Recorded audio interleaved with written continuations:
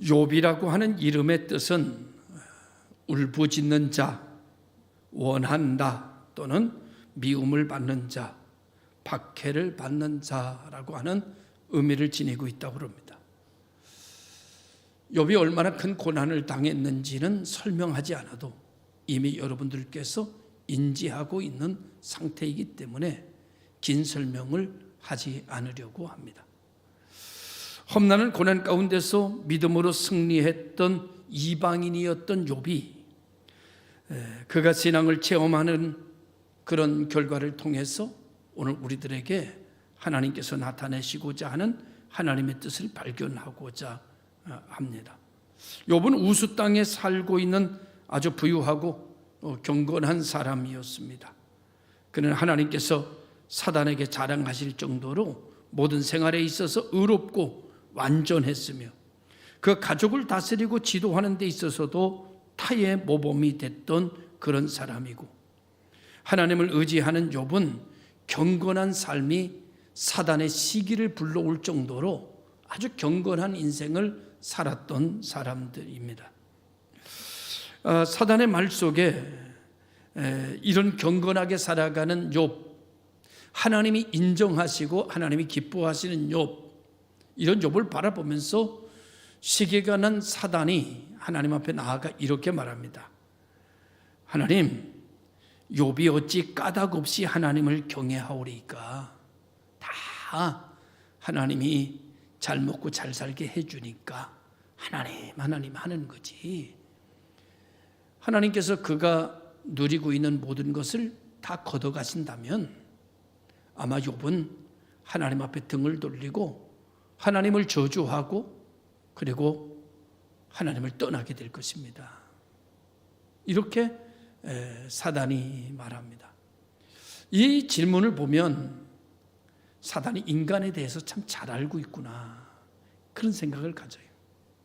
신약성경에 보면 뭐라고 말하는가 하면은 의인은 없나니 하나도 없다, 그렇게 말하고 있습니다. 그런 걸 보면 정말 하나님을 온전히 경외하고 경건하게 살아가는 사람이 이 세상에 없는 것이 사실이고, 있다고 해도 하나님의 마음에 합할 정도로 살아가는 사람 찾기는 어렵다라고 하는 결론을 가질 수밖에 없습니다. 더 나아가 인간은 죄성을 가지고 있는 인간이기 때문에 하나님 마음에 합하게 산다는 것은 거의 불가능한 입장이 되어져 있습니다. 그럼에도 불구하고 욥이 하나님의 마음에 합하게 살아가는 모습을 바라보면서 사단이 말하기를 하나님은 욥을 합당하다고 하시고 하나님의 마음에 맞다고 말씀하시는데 욥이 다 자기 위해서 그러는 겁니다.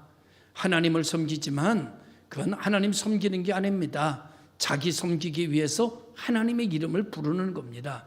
인간은 다 자기중심적이지 이타적인 삶을 살아갈 수 없는 존재입니다. 하여 하나님도 욥에게는 수단에 불과하지 목적이 아닙니다. 이런 이야기를 좀 설명한다면 이런 이야기를 하는 겁니다. 하나님께서는 욥을 바라보시면서 욥에게 뭐라고 말하는가 하면 욥만큼은 자기중심적으로 신앙생활을 하는 자가 아니라 나 중심적으로 신앙생활을 하는 자이고, 욥의 경건은 자기 부귀영화에 속해 있는 것이 아니라 내가 준 은혜에 감사하고 나를 섬기는 경건이지, 그는 자기중심적 신앙이 아니라 하나님 여호와 중심적 신앙을 가지고 있는 자다, 이렇게 이야기한 거죠. 욥에게 있어서 나는 수단이 아니고 욥에게 있어서 나는 목적이야, 이렇게 얘기를 한 겁니다. 그랬더니 말도 안 되는 얘기 하지 마십시오. 인간이 어떻게 그렇게 삽니까? 인간은 자기중심적입니다. 인간은 팔이 안으로 굽지 팔이 바깥으로 굽는 법은 없습니다. 하나님 착각하시는 겁니다. 욥이 지금 하나님 하고 사는 것은 그래도 그렇게 부귀영화를 누리고 자녀들이 다복하고 그리고 재산이 그렇게 많고 하나님이 그렇게 축복하시고 지켜주시니까 그가 하나님 하는 거지, 그가 누리고 있는 모든 것을 다 제거한다면 그는 하나님 앞에 저주할 겁니다.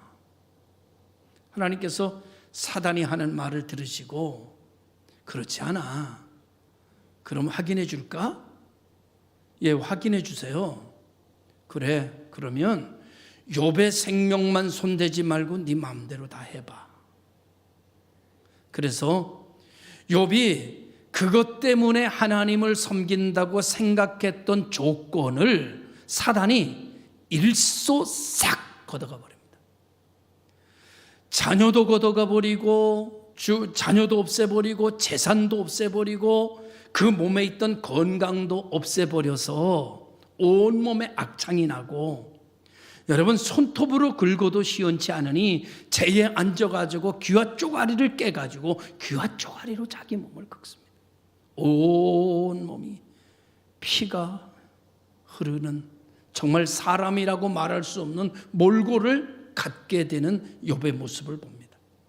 그의 사랑스러웠던 아내조차도 정말 재물 많고 영화롭고 정말 부귀영화를 누릴 때는 그렇게 여보 하더니 모든 것이 다 사라지고 난 이후에 아내의 저주는 칼날을 세우고, 당신의 하나님이 있으면 당신을 이렇게 만들 수 있겠느냐, 당신은 하나님을 저주하고 죽어라, 독서를 쏟아붓는 가운데 놓이게 되고, 욥은 사람의 모습이 아닌, 짐승의 모습도 아닌 아주 처참한 모습으로 온몸에 오혈이 낭자하고 진물이 흐르며, 그럼에도 불구하고 가려움증을 해결하지 못하고 머리를 땅에다 들이받고, 그리고 신음하면서도 오늘 성경은 이렇게 말해주고 있습니다.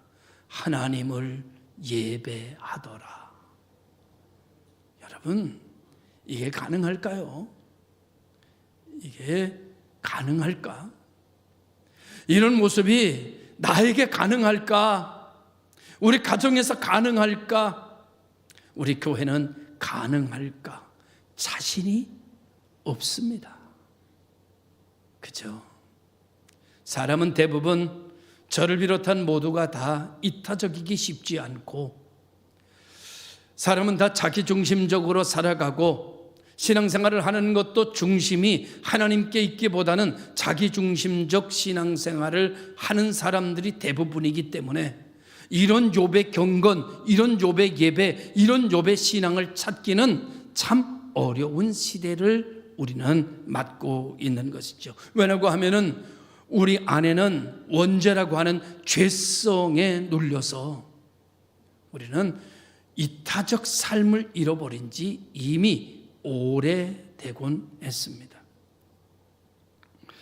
욥의 사단의 말 속에 욥이 까닭없이 하나님을 경외하오리까? 라고 하는 질문 속에서, 여러분, 하나님은 인간의 수단일 뿐이지 인간의 목적일 수 없다고 하는 사단의 말 속에서 오늘 우리는, 아니, 하나님은 수단이 아니라 하나님은 나의 영광을 받으시는 목적이라고 말할 수 있는 믿음의 반열에 서는 저와 여러분들이 되시기를 바랍니다. 인간의 존재라고 하는 것은 다시 말씀드립니다마는 이기적입니다. 자기중심적입니다. 이타적이지 못합니다. 자신을 벗어날 수 없습니다.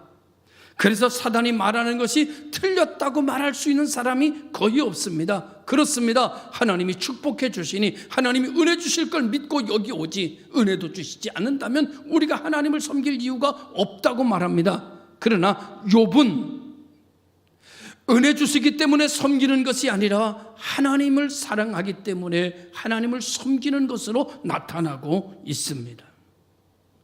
정식으로 욥은 사단의 말이 맞았다고 하는 것을 증명하는 것이 아니라 하나님의 말씀이 맞다고 하는 것을 삶으로, 고난으로 증명해내고 있는 모습을 우리들에게 보여주고 있습니다. 오늘 우리가 살아가는 가운데 사단이 맞다는 것을 증명하는 지체들이 아니라 하나님이 맞다는 것을 증명해내며 살아가는 복 있는 성도들 되시기를, 그 영성을 본받기를 주님의 이름으로 축원합니다.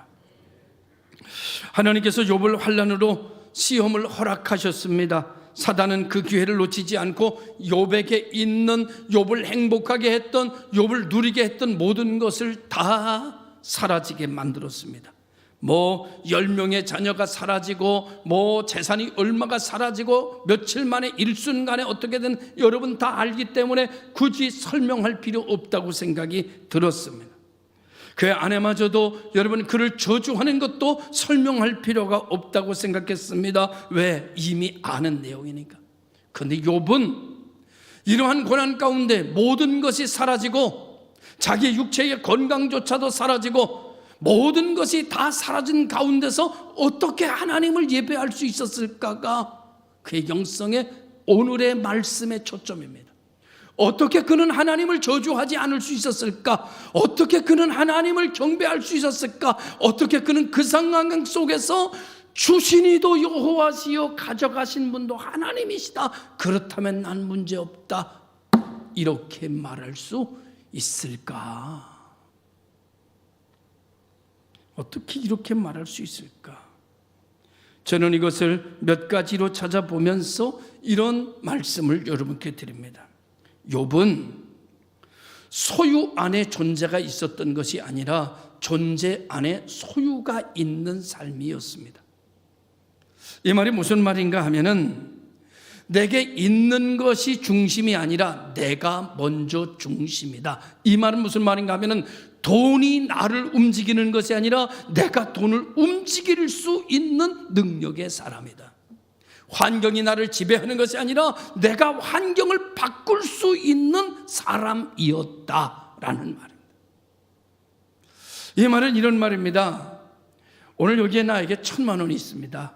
이 1,000만 내가 살아가는데 없어서는 안 될 귀한 돈입니다. 근데 이 1,000만 원이 내게서 사라졌습니다.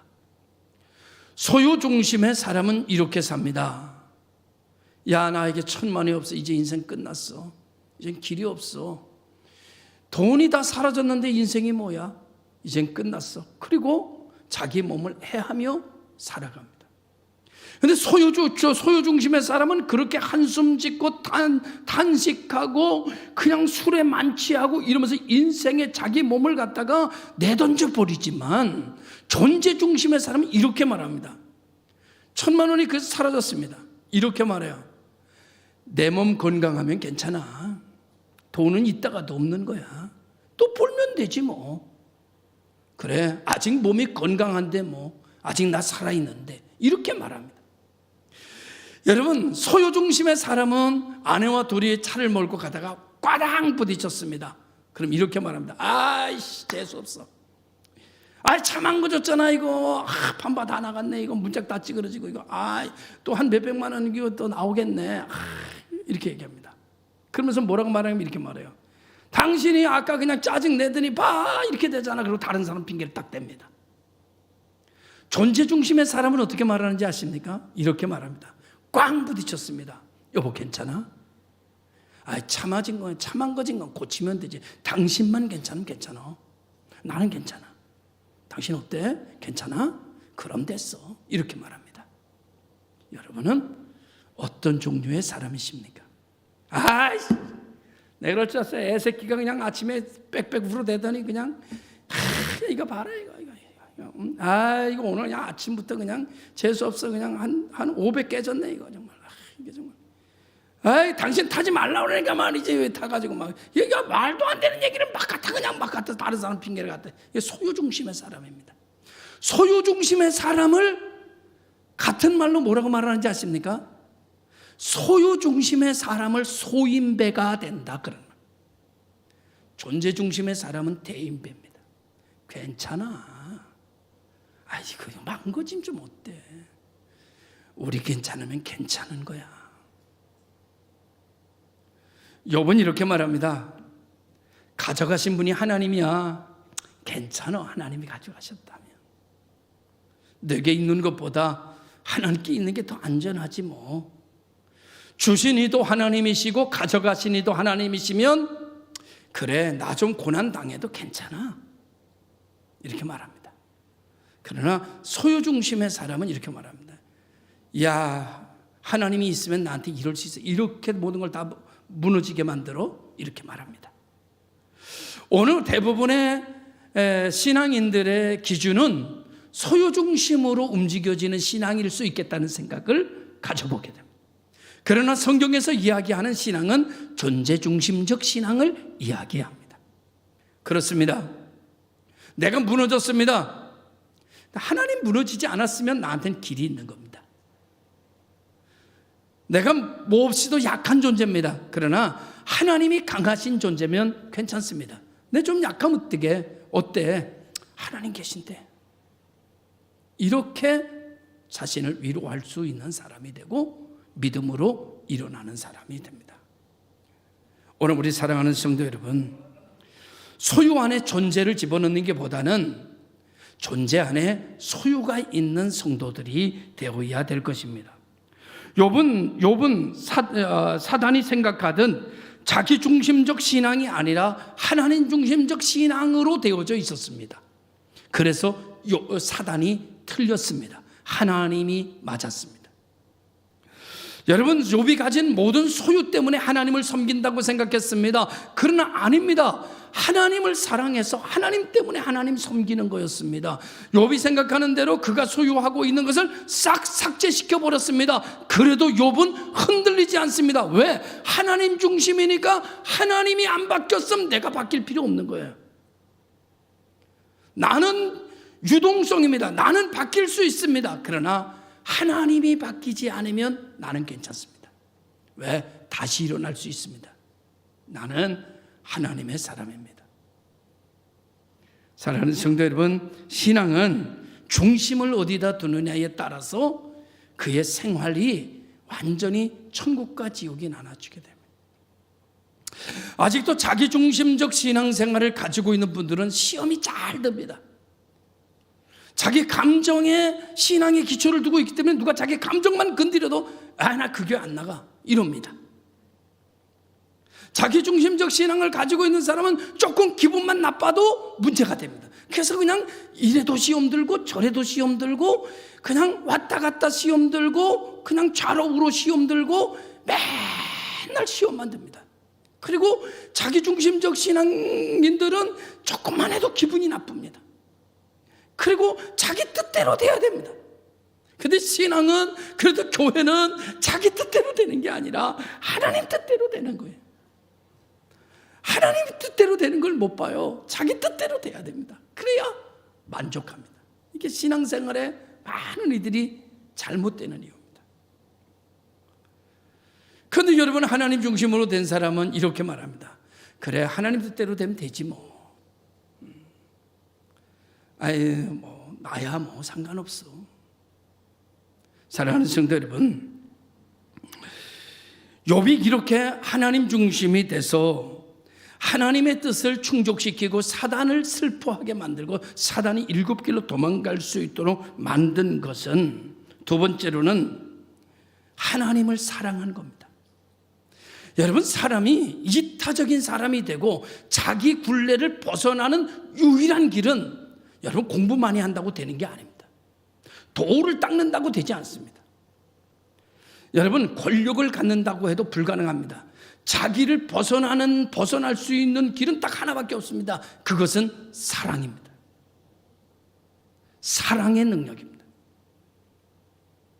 욥은 이렇게 말합니다. 주신 자도 여호와시요 가져가신 이도 여호와시니 나는 오케이, 나는 괜찮아.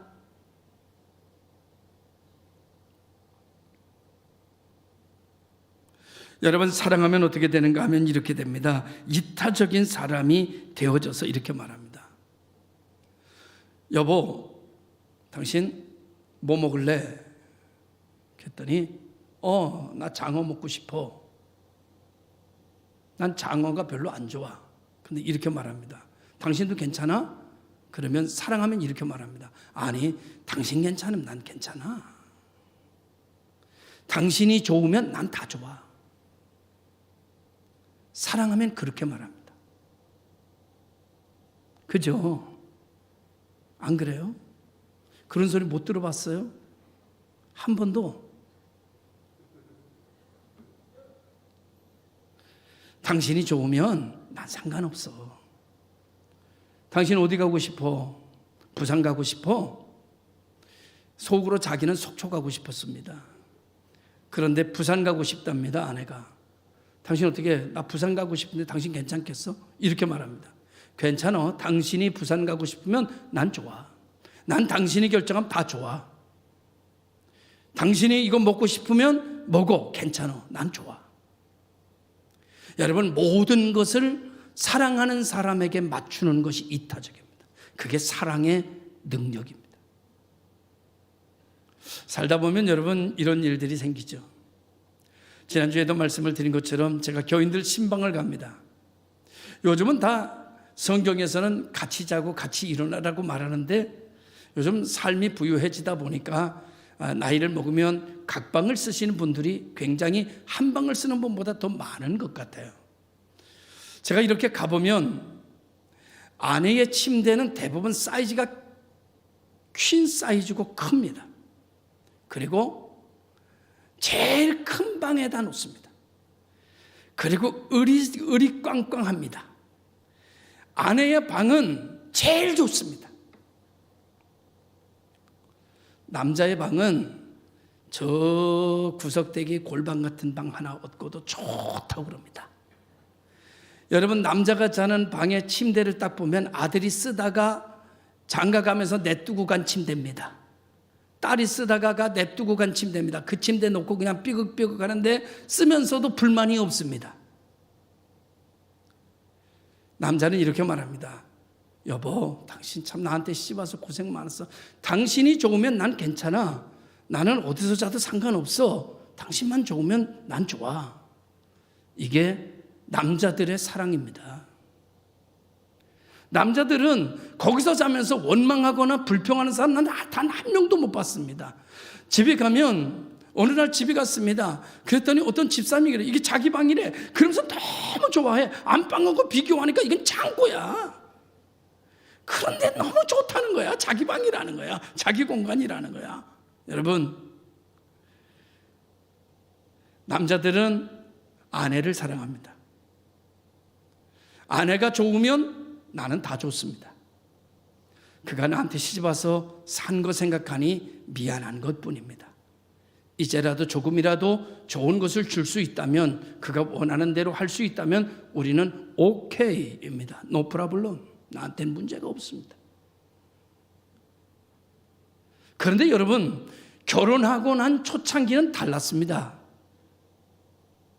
아내들이 대부분 남편의 해바라기로 삽니다. 그런데 그때 남자들은 너무 바쁩니다. 그래서 아내의 해바라기, 아내의 바라기에 충족시켜 줄 수 없었습니다.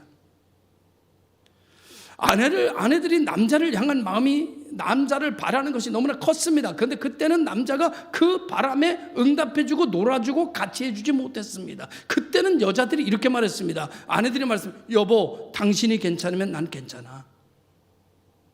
당신이 좋으면 난 좋아. 그래서 여러분, 친정에 안 가고 참았습니다. 자기가 하고 싶은 거 다 안 했습니다. 그리고 모든 건 남편에게 맞춰줬습니다. 그런데 나이를 먹고 어느 정도 되고 이제는 머리가 희끗희끗해지면 이게 자세가 바뀌어집니다. 남자가 아내를 향한 바라기로 삽니다. 그래서 남자가 이렇게 말합니다. 당신 괜찮으면 난 괜찮아. 이렇게 얘기합니다. 그때가 되면 아내들의 마음이 바뀝니다. 당신이 괜찮고 안 괜찮고 결정할 권한이 없어. 내 마음대로 해. 이렇게 살아갑니다. 왠지 아세요? 젊었을 때 우리들이 남자들 마음대로 살았거든요. 그러니까 나이 먹고 난 이후에 아내 바라기를 해봐야 아내들은 이제 아내들 마음대로 사는 세상을 만들어가고 있습니다. 이것이 가정의 위기이지만 어떻게 해볼 도리가 없는 세상이 됐습니다. 여러분, 조금만 팽팽했던 끈을 조금만 늘어뜨리시는 게 어떨까? 팽팽했던 줄을 조금 늘어뜨리고 조금 더 이해하고 양해하며 조금 더 서로를 배려하는 쪽으로 가면 어떨까? 여성분들이요, 아내들이요. 남자들은 이미 끈을 놔버렸어요. 이미 남자들은 끈을 놔버렸기에 아내가 움직이는 대로 가정이 갑니다. 그죠? 남자분들 동의하십니까? 동의하죠. 우리는 젊었을 때는 우리가 끈을 팽팽하게 잡고 있었어요. 여인들이 끈을 놨었어요. 이제는 남자들은 끈을 놨습니다. 이제는 주도가 여자들이 주도하고 있어요. 조금만 남자들이 치열하게 살았던 것을 조금 생각해 주시고 조금 배려해 주신다면, 그러면 담임 목사로서 진정으로 감사를 드리겠습니다. 할렐루야. 욥은 소유 때문에 하나님을 섬긴 게 아닙니다. 자기 부귀영화를 위하여 하나님의 이름을 불렀던 것도 아닙니다. 그는 하나님이 그를 사랑했기에 그도 하나님을 사랑했습니다. 그래서 그는 이타적인 사람이 되었고, 하나님이 괜찮으면 나도 괜찮은 사람이 되었습니다. 하나님이 가져가시니까 하나님이시면 나는 노프라블럼, 문제 없는 사람이 되었습니다. 하나님이 괜찮으면 우리는 괜찮은 그리스도인들이 되어져야 되는 줄로 믿습니다. 세 번째로, 욥의 중심이 하나님께 있으니까 하나님을 바라보고 있고, 하나님을 바라보니까 하나님의 모습으로 견뎌내는 겁니다. 내 모습으로 고난을 견뎌내는 게 아니라 하나님의 모습을 보고 그가 보이니까 하나님의 모습으로 오늘의 고난을 이기는 겁니다. 사람은 보는 걸로 이깁니다. 하나님의 영광을 봅니다. 그 하나님이 나를 사랑합니다. 그래서 하나님의 이름으로 이기는 겁니다. 여러분, 홍해를 내 실력과 내 능력으로 비교하면 나는 아무것도 아닙니다. 절대 홍해를 이길 수가 없습니다. 그러나 내 능력으로 비교하지 않고 나를 이곳까지 이끄시고 나를 사랑하시는 하나님의 이름으로 비교하면 홍해는 또랑입니다. 아무것도 아닙니다. 수룹바벨 앞에 태산 같은 문제가 앞에 가로막았습니다. 수룹바벨의 능력으로 그 태산을 보면은요, 절대 이길 수 없는 불가능한 일입니다. 그런데 수룹바벨은 그걸 자기의 실력으로 대면하지 않고 여호와 하나님으로 대면합니다. 하나님 앞에 세워놓은 태산은요, 내 앞에 태산은 하나님 앞에는 태산이 아닙니다. 그건 동산도 안 됩니다. 그건 하나님 앞에서는 평지입니다. 그래서 성경은 이렇게 말합니다. 수룹바벨 앞에 있는 태산이 평지가 되어라 라고 말합니다. 수룹바벨의 능력으로는 불가능하지만 하나님의 능력 앞에 세우면 우리가 가지고 있는 문제와 고난은 평지가 되는 역사가 일어남을 믿으시기를 주의 이름으로 축원합니다. 사람들이요, 제자들이 배를 타고 가다가 거센 풍랑을 만났습니다. 그들이 성경은 이렇게 표현합니다. 거반 죽게 되어, 이렇게 말합니다. 거반 죽게 되어 스스로 아무것도 할 수 없을 때쯤 되어 예수님을 깨웁니다. 그리고 풍랑 앞에 예수님을 세웁니다. 그러니까 풍랑이 잔잔해져 버리고 맙니다. 빈들에서 5,000명은 큰 무리였습니다. 먹을 것이 보리떡 5개, 물고기 2마리밖에 없었습니다.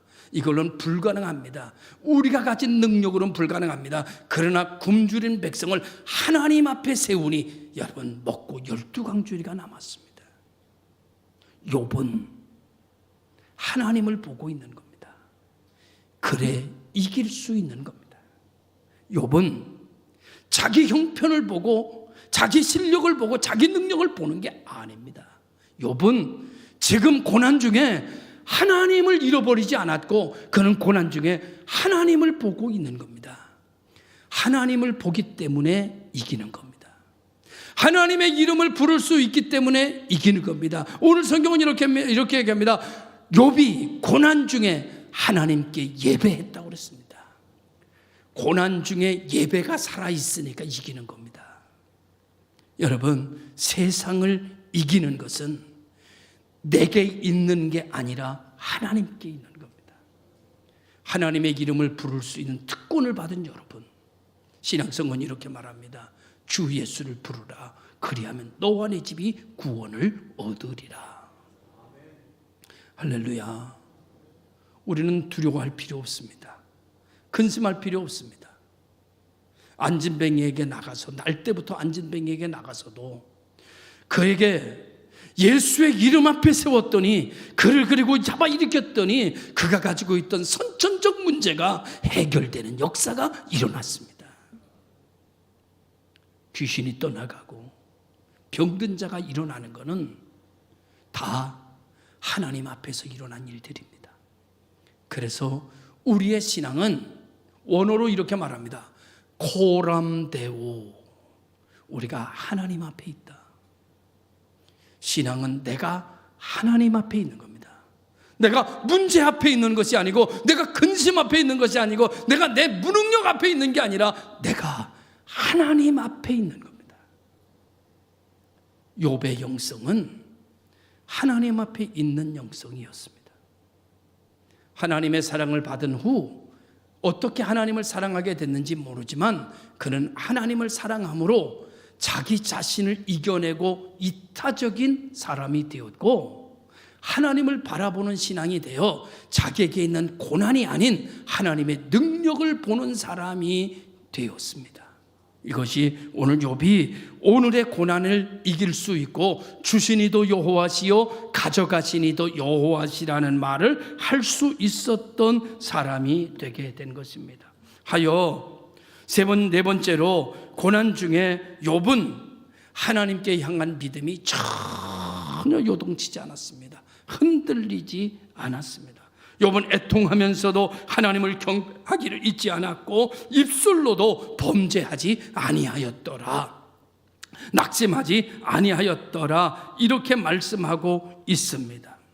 여러분이 고난 중에 하나님을 향해 고백하는 말을 다시 한번 드리면, 주시니도 여호와시요 가져가시니도 여호와시다. 저는요, 성경 창세기부터 66권 속에서 제일 어려운 성경이 뭐였는가 하면 욥기였어요. 전 욥기가 목회하면서도 오랫동안 이해가 안 됐어요. 어떤 말씀이 이해가 되지 않았는가 하면 이 말이 이해가 안 됐습니다. 자녀 10명이 죽었어요. 그리고 나중에 10명이 더 되는 자녀를 주었어요, 하나님이. 이게 축복이래요. 그래서 제가 하나님 앞에 이렇게 얘기했어요. 하나님, 그게 축복이라면 그런 축복 안 받고 싶어요. 10명 자녀 더 안 받더라도 지금 자녀 죽이지 마세요. 그렇지 않은가요? 여러분, 지금 자녀 죽이고 나중에 자녀 더 많이 주는 게 축복일까요? 저는 그렇게 믿어지질 않았어요. 그래서 오랫동안 욥기가 너무너무 어려웠어요. 그러다가 이 말씀으로 욥기가 풀어지기 시작했어요. 주신 자도 여호와시요 가져가시니도 여호와시다. 아, 하나님이 가져가신 거라면 아멘이잖아요. 이 세상에 있는 것보다 천국이 더 낫잖아요. 내 자녀가 일찍 하나님께로 간 거라면 문제 없잖아요. 내 남편이 일찍 갔어도 하나님께로 간 거라면 여러분 할렐루야잖아요. 아, 그렇구나. 중심이 내 중심으로 생각하니까 내게 있는 건 내게 있어야 되는 것인데, 하나님 중심으로 바뀌어지고 나니까는 하나님에게 있는 것이 내게 있는 것이고, 하나님의 것이 나의 것이고, 그래서 우리가 찬송이 이해가 되는 것이 예수님 권세, 예수님 권세, 예수님 권세, 내 권세. 할렐루야. 하나님이 주신 자도 하나님이시요 가져가신 이도 하나님이시라면 no problem, 나는 문제 없어요, 괜찮아요. 이게 오늘의 욥의 영성이었다는 것이죠. 사랑하는 성도 여러분, 북한 동포를 돕던 재미 실업인이 북한을 방문할 기회가 있었습니다. 그때가 여러 해 두 차례 거기에 방문해서 두 차례 아주 난처한 일을 겪었다고 그럽니다. 이때가 김일성 세상 떠나고 10주기 기념행사를 할 때였대요. 그래가지고 첫 번째 곤란한 것이 김일성 동상에 참배하는 일, 신앙인으로 할 수 없잖아요. 두 번째가 뭔가 하면은 그 고급 장교들, 고급 사람들이, 관리들이 다 모여가지고 김일성 10주기 추도 예식에 거기에 건배를 제의해서 건배하는 거였대요. 두 가지가 너무너무 힘들었는데 자기는 독실한 그리스도인으로서 이거를 할 수 없었대요. 참 곤란했대요. 근데 여러분, 건배를 제의하던 고급 관리가 건배를 거절하고 이렇게 그 사람 눈치를 딱 봤대요. 그땐 그 사람이 자기를 쳐다보면서 이렇게 얘기하더랍니다. 내래 선생이 마음에 들어. 그러더래요. 사투리 괜찮았어요? 네. 내래 선생이 마음에 들어. 그러더래요. 깜짝 놀라가지고 있는데 이렇게 말해드려요. 믿으려면 선생까지 믿어야지요. 이러더래. 믿을 바에야 선생처럼 믿어야지요. 이러더래요. 그리고 그 위기가 다 넘어가요. 여러분, 믿을 바에야 선생같이 믿어야지요. 믿을 바에야 하나님 중심으로 믿어야지요. 이 일로 내게 고난 오는 거 괜찮아. 불이익 당하는 거 괜찮아. 하나님의 영광만 가리워지지 않는다면 난 문제없어. 이것이 사랑을 가지고 있는 사람의 고백입니다. 그죠? 괜찮아. 하나님만 괜찮으면 난 괜찮아. 근데 하나님이 불편하고 내가 괜찮은 건 난 용납할 수 없어. 왜? 난 하나님을 사랑하거든. 오늘 우리 모든 성도들이 이와 같이 하나님을 사랑하는 성도들. 하나님은 불편하더라도 나가 괜찮으면 괜찮아. 이게 아니라 내가 불편하더라도 하나님이 괜찮으시면 괜찮아. 라고 하는 사랑의 붙점을 찍고 이 시대를 믿음으로 살아가는 성도들이 되시기를 간절히 바랍니다. 오늘 이것을 종합해서 보면 신앙은 내 중심이 아니라 하나님 중심이어야겠고, 신앙은 나를 기쁘게 하고 내 만족이 아닌 하나님을 기쁘시게 하는 일이어야 하겠으며, 세 번째로 신앙은 내가 결정하는 것이 아니라 하나님의 결정에 맡기는 것이고, 네 번째로 신앙은 이제나 저제나 하나님을 믿고 의지하는 것일 줄로 믿습니다. 언제나 이제 우리의 신앙은 내가 괜찮은 신앙이 아니라 하나님이 괜찮은 신앙으로, 내가 괜찮은 것이 아니라 교회가 괜찮으면 난 좀 마음이 불편해도 상관없어요. 더 나아가 목사님 원하시면 난 괜찮아. 장로님 괜찮으시면 난 괜찮아. 가정으로 들어가면 여보 당신이 괜찮으면 난 괜찮아. 소유 중심이 아닌 존재 중심으로 여보 괜찮아? 차는 고치면 되지 뭐. 괜찮아. 당신 괜찮으면 괜찮아. 라고 말하는 우리 믿음의 교우들 되셔서 신앙이 한 단계 업그레이드되고 영생을 맛보며 살아가는 그런 하나님과 동행하는 성도들 되시기를 주의 이름으로 축원합니다. 기도하겠습니다.